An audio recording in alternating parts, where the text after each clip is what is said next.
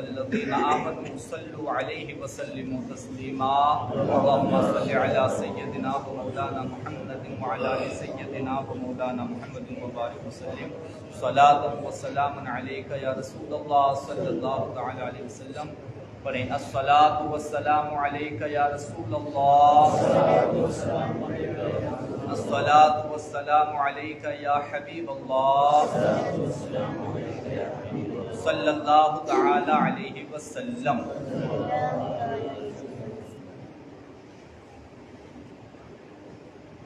سوال ہے چھوٹا سا، نماز کی حالت میں فون آ گیا تو کیا کرنا ہے؟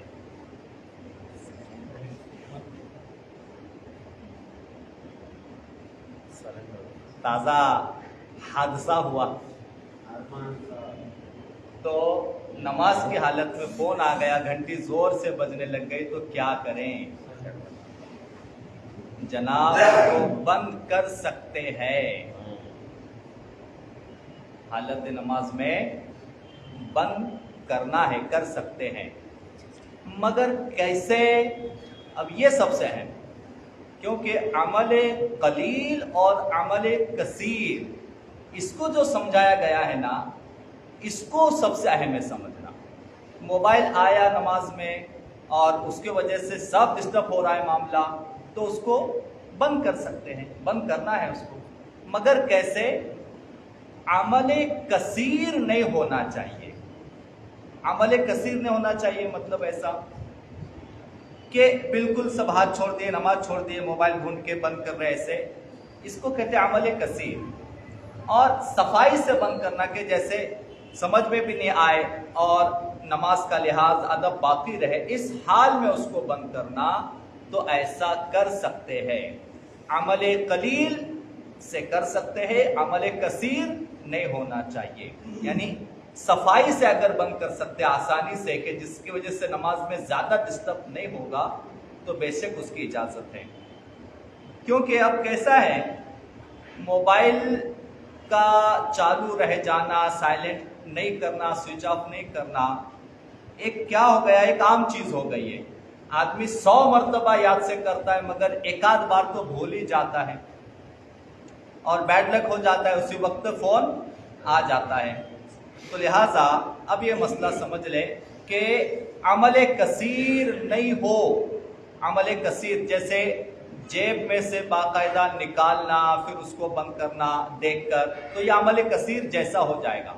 اب عمل کثیر اور قلیل کی کھلی تعریف ہم کوئی بیان نہیں کر سکتے کہ کون سی حرکت عمل کثیر ہے اور کون سی حرکت عمل قلیل ہے، یعنی اس کو باقاعدہ ہم بیان نہیں کر سکتے. سمجھنا کیا ہے اس میں، عمل کثیر اسے کہتے ہیں کہ اگر ویسا کچھ کرتا ہوا دور سے کوئی دیکھے تو اس کو ایسا لگے کہ یہ نماز میں نہیں ہے، تو یہ کیا ہو جائے گا، عمل کثیر ہو جائے گا. اور دور سے کوئی دیکھے کچھ ایسا کرتا ہوا نماز میں تو اس کو ایسا لگے کہ ہاں نماز میں ہے، کھجلا رہا ہے، ٹوپی درست کر رہا ہے، کرتا درست کر رہا ہے، بال کھجلا رہا ہے، لیکن لگنے میں ایسا لگے کہ نماز میں ہے، تو یہ اس کو کیا کہیں گے، عمل قلیل. تو نماز کون سے عمل سے ٹوٹتی ہے، عمل کثیر سے ٹوٹتی ہے، عمل قلیل سے نماز نہیں ٹوٹتی. اب عمل کثیر اور قلیل کو ہم اور آپ سب نے اپنے دماغ سے سمجھ لینا ہے. اور کوئی بھی ایسی چیز کرنے کے لیے عمل کثیر نہ ہو اس کا خیال رکھنا ہے. عمل قلیل کے ذریعے سے اگر ضرورتاً کوئی چیز کرتے ہیں نماز میں تو بے شک کر سکتے ہیں. جیسا کہ ابھی وہ مسئلہ بیان ہونا ہے انشاءاللہ کہ حالت نماز میں اگر ٹوپی گر جائے تو کیا کرنا ہے. تو جناب حالت نماز میں ٹوپی گر گئی تو اٹھا کے پہننے کی اجازت ہے، اٹھا کر پہن سکتے ہیں، مگر شرط وہی ہے کہ عمل کثیر نہ ہو. عمل قلیل اگر ہے تو پہن سکتے ہیں. اب بھی اگر عمل قلیل اور کثیر کسی کے سمجھ میں نہیں آیا ہو تو برائے کرم ذرا ہاتھ اٹھا دے کہ نہیں سمجھ میں نہیں آ رہا ہم کو. آ گیا سب کے سمجھ میں نا؟ ٹھیک ہے ماشاءاللہ. حالت نماز میں، چونکہ یہ جو بیان چل رہا ہے نا، یہ بیان وہ چیزیں ان باتوں کا ہے جن سے نماز ٹوٹ جاتی ہے یا نماز نہیں ٹوٹتی، یا نماز میں مکروہ ہے یا نماز میں مستحب ہے، یہ چیزوں کا بیان چل رہا ہے کچھ دنوں سے۔ تو اس میں ایک مسئلہ ہے، سنیں۔ حالت نماز میں سامنے نظر پڑی اور کچھ لکھا ہوا تھا، اگر اس لکھے ہوئے کو زبان سے آواز کے ساتھ پڑھا تو نماز ٹوٹ گئی، اور صرف دل میں پڑھا کہ زبان سے آواز و زبان کی حرکت نہ ہوئی تو نماز نہیں ٹوٹی۔ تو دل میں سامنے لکھا ہوا اگر کچھ سوچ لیا، صرف سوچا، زبان سے اس کو نہیں پڑھا مگر دل میں پڑھ لیا پورا، تو نماز نہیں ٹوٹے گی۔ دل میں اگر پورا پڑھ بھی لیا تب بھی نماز نہیں ٹوٹے گی، شرط ہے کہ زبان سے نہیں پڑھنا ہے، اس کی آواز نہیں آنی چاہیے۔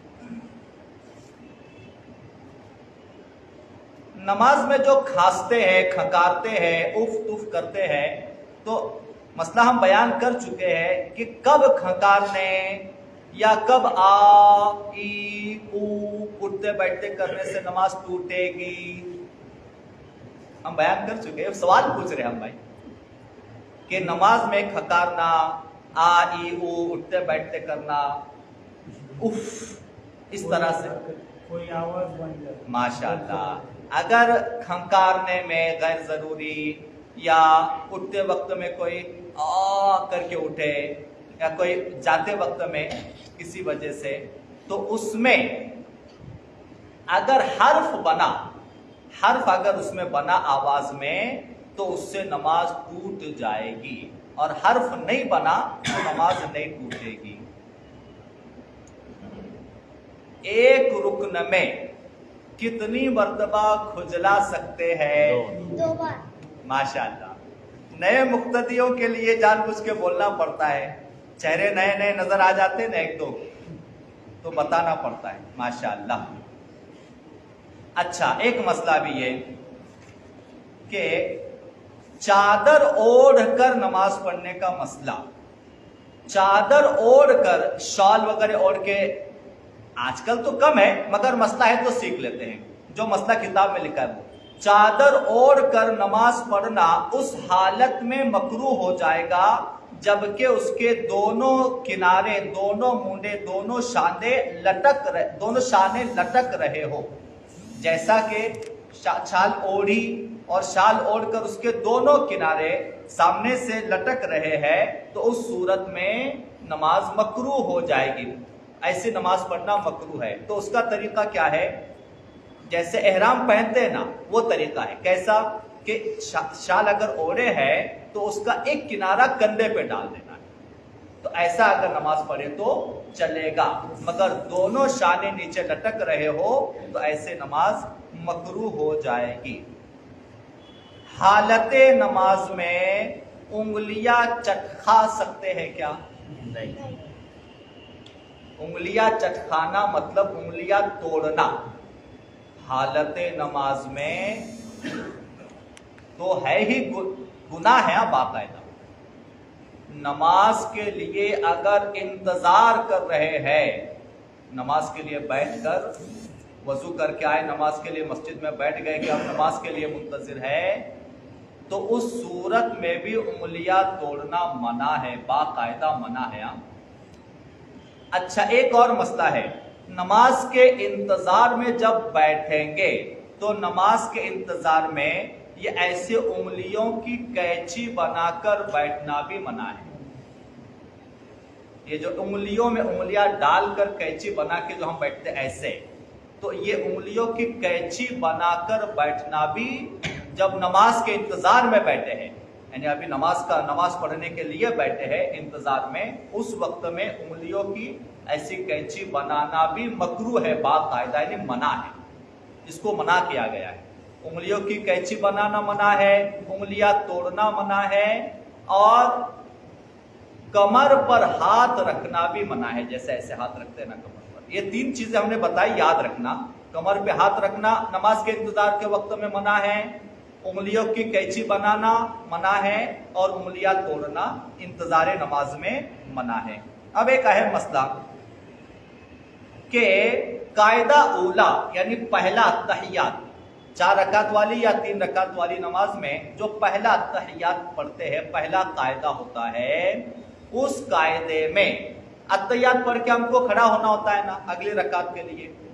تو اگر غلطی سے اتحیات کے بعد بھول کر ہم نے درود ابراہیم پڑھ دیا، کچھ تھوڑا بہت پڑھ دیا اور پھر یاد آیا، تو اب تو کھڑے ہو تو جائیں گے، مگر مسئلہ یہ ہے کہ پہلے قاعدے میں بھول کر اتحیات کے بعد درود ابراہیم کے کچھ حرف، کچھ الفاظ اگر پڑھ دیے تو اب سجدہ سہو واجب ہو گیا، یعنی اب سجدہ سہو کرنا پڑے گا۔ 11 منٹ ہو چکے ہیں۔ ان اللہ وملائکتہ یصلون علی النبی یا ایھا الذین آمنوا صلوا علیہ وسلموا تسلیما اللهم صل علی سیدنا و مولانا محمد وعلی آل سیدنا و مولانا محمد صلاۃ و سلام علیک یا رسول اللہ صلی اللہ علیہ وسلم۔ سبحان ربک رب